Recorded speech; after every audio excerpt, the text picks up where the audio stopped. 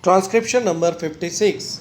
Madam Chairman, I am glad that we are having a debate on the European Common Market. I wish that it had taken place either earlier had Parliament been in session.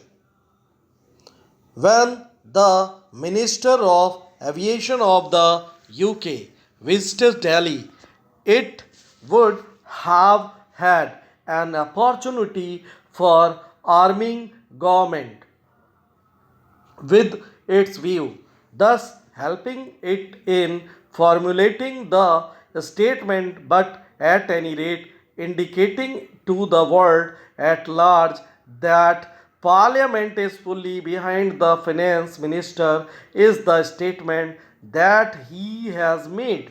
The statement that has been made by the finance minister is admirable both in content and in tone. The problems that face us as a result of the emergence of the common market of Europe cannot be bypassed whether we like it or not. The future is with contains, continental economies and the emergence of the European Common Market of Europe is one of the steps in this direction. No one can deny the stakes that we have in the matter of entry of the United Kingdom into the common market of Europe. I have done some research into the actual position of our trade, and I think it would perhaps help the House to estimate the magnitude of the problem that is facing us. We are importing 35% of our imports from Western Europe, including UK. We are exporting about 40% of our goods to this area. We have a large interest in the outcome of UK's entry into the common market and the terms on which the proposes to enter into the common market.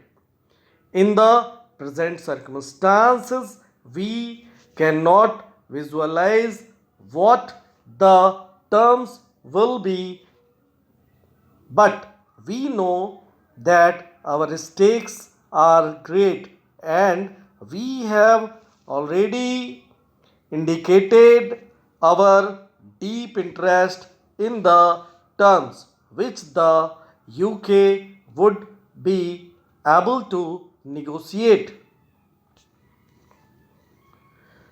But having made our standpoint clear, it would be unbecoming of us to do anything else except to be prepared for all eventualities.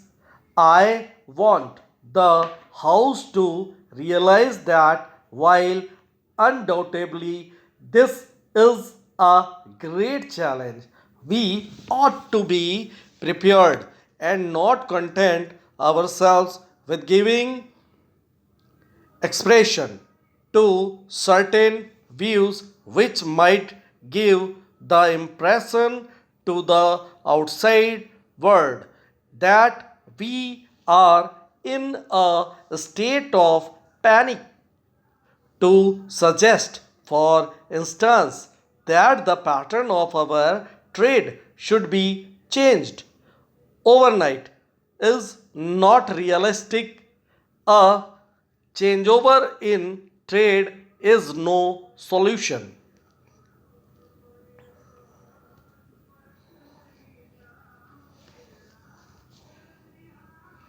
My honorable friend Sri Krishna Reddy pointed out that our balance of payments was most unfavorable, with that our balance of payments was most unfavorable with Germany. I know that it has been unfavorable, and while partly this is due to Germany imposing very high tariffs, let us realize that we have had to depend for aid and capital from the developed countries. No, notably Germany, and as such, our balance of payments is bound to be unfavorable. It has been recommended by my friend that we ought to think of the pattern of trade being changed so that the Eastern European countries might be our main customers before us.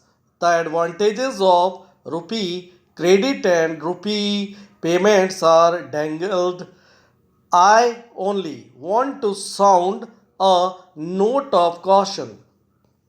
While it is true that from the point of view of our immediate difficulties, rupee payments offer a solution in the sense of imports not being a current draft on our foreign exchange resources.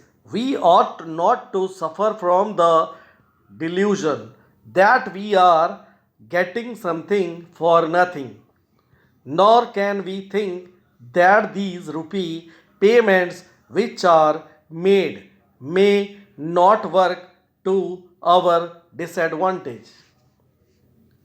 I do not propose to go into this question today, since the issues that merit consideration are different.